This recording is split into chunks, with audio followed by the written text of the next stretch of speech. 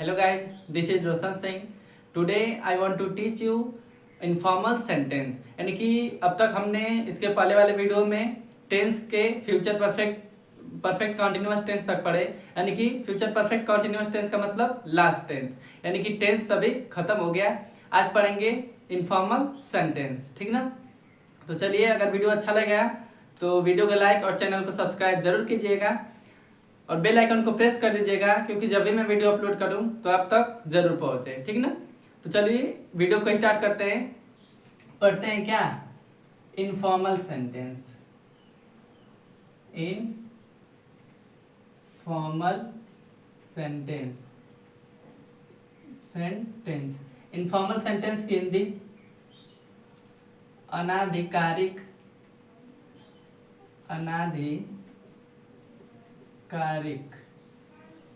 या अनौपचारिक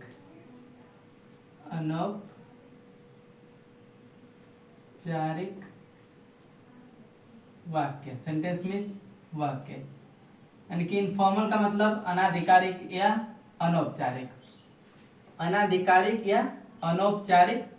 वाक्य, ठीक ना।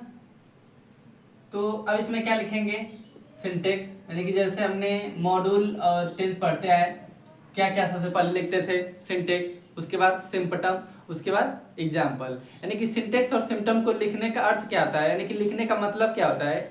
सिंटेक्स और सिम्पटम के माध्यम से हम जब सेंटेंस बनाते हैं तो बिल्कुल बहुत आसानी से बना लेते हैं, यानी कि बहुत समझ में आ जाता है। सिंटेक्स और सिम्पटम को देखते हुए अगर टेंस बनाएंगे या कोई सेंटेंस बनाएंगे तो वो बहुत ही आसानी से बन जाएगा, ठीक ना।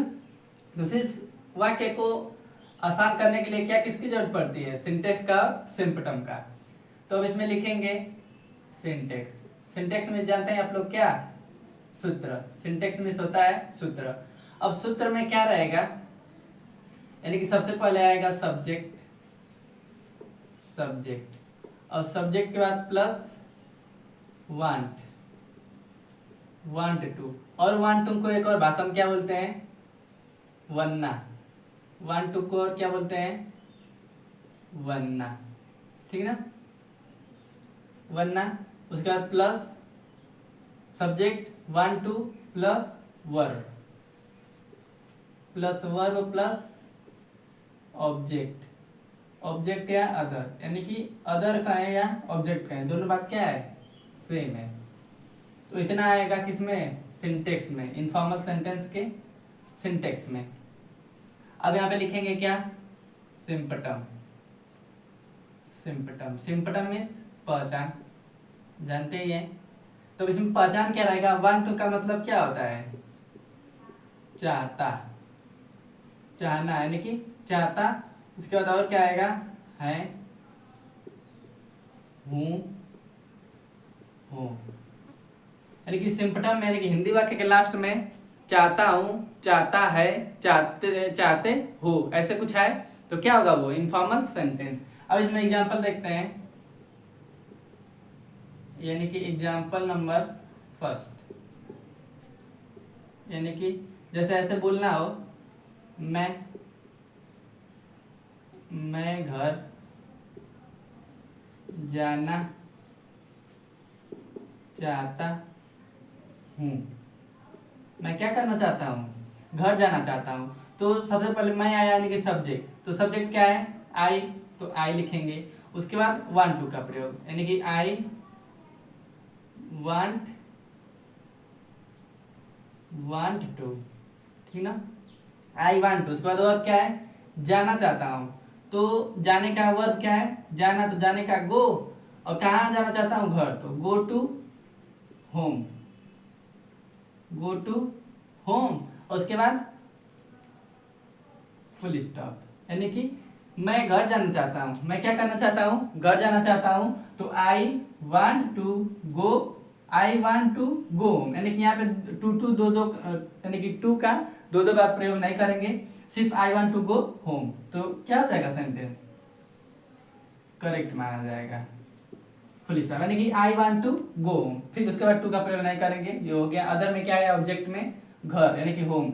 अब इसको एक और तरीके से बनाना होगा, यानी कि वरना करके, तो कैसे बनाएंगे, और करके, यानी कि मैं घर जाना चाहता हूँ, तो ये क्या है, सेम है, यानी कि वांट टू या वरना, या इसका प्रयोग करें या इसका प्रयोग करें, ठीक ना, दोनों में से एक का। तो आई वरना गो होम, वरना के बाद टू का प्रयोग नहीं करेंगे, सिर्फ वरना के बाद वर्ब का प्रयोग, ठीक ना। आई वरना गो होम, ठीक ना। अब लिखेंगे एग्जांपल नंबर सेकेंड, यानी कि सर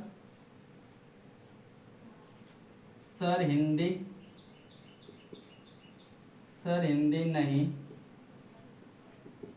पढ़ाना चाहते हैं। सर क्या नहीं करना चाहते हैं, हिंदी नहीं पढ़ाना चाहते हैं। तो सर है तो सब्जेक्ट में क्या लिखेंगे, सर। उसके बाद वांट टू का प्रयोग, यानी कि सर वांट टू, यानी कि वांट टू मतलब चाहते हैं। उसके बाद और क्या है, पढ़ाना, तो पढ़ाने का टीच और क्या, हिंदी, क्या पढ़ाना नहीं चाहते, हिंदी, तो टीच हिंदी,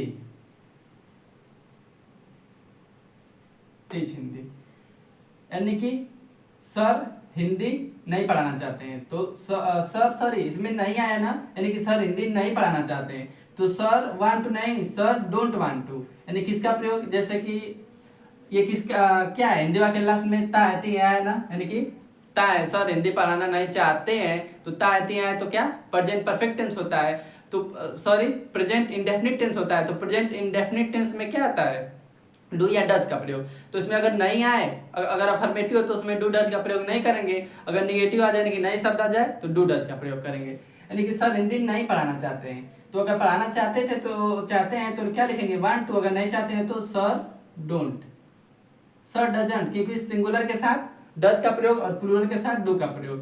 तो sir doesn't want to, sir doesn't want to. और पढ़ाने का वर्ब क्या है, टीच, तो टीच हिंदी।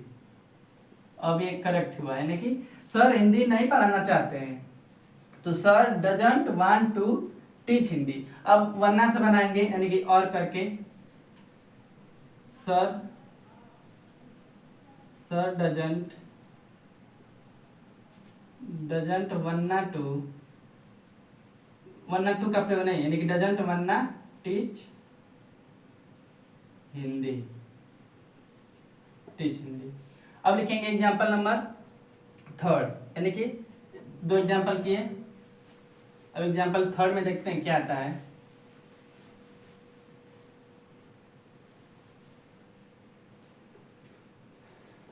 यानी कि लिखेंगे सुरेश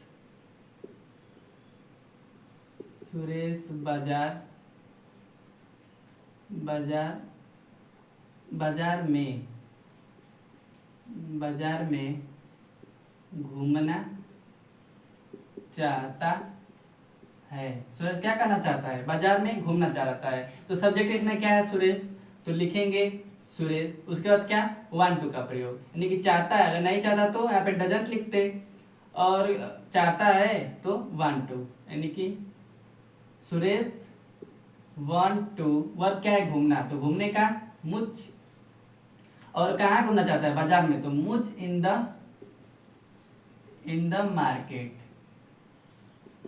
अब बनाएंगे, यानी कि और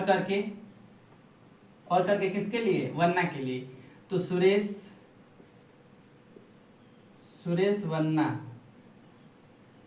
वरना मुझ इन द मार्केट, ठीक ना, मुझ इन द मार्केट। अब लिखेंगे एग्जाम्पल नंबर, यानी कि एग्जाम्पल नंबर फर्स्ट नहीं, थर्ड था, क्या था, थर्ड। अब लिखेंगे एग्जाम्पल नंबर फोर्थ, यानी कि तुम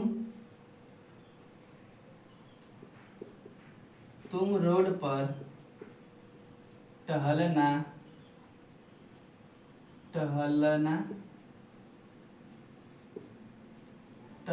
नहीं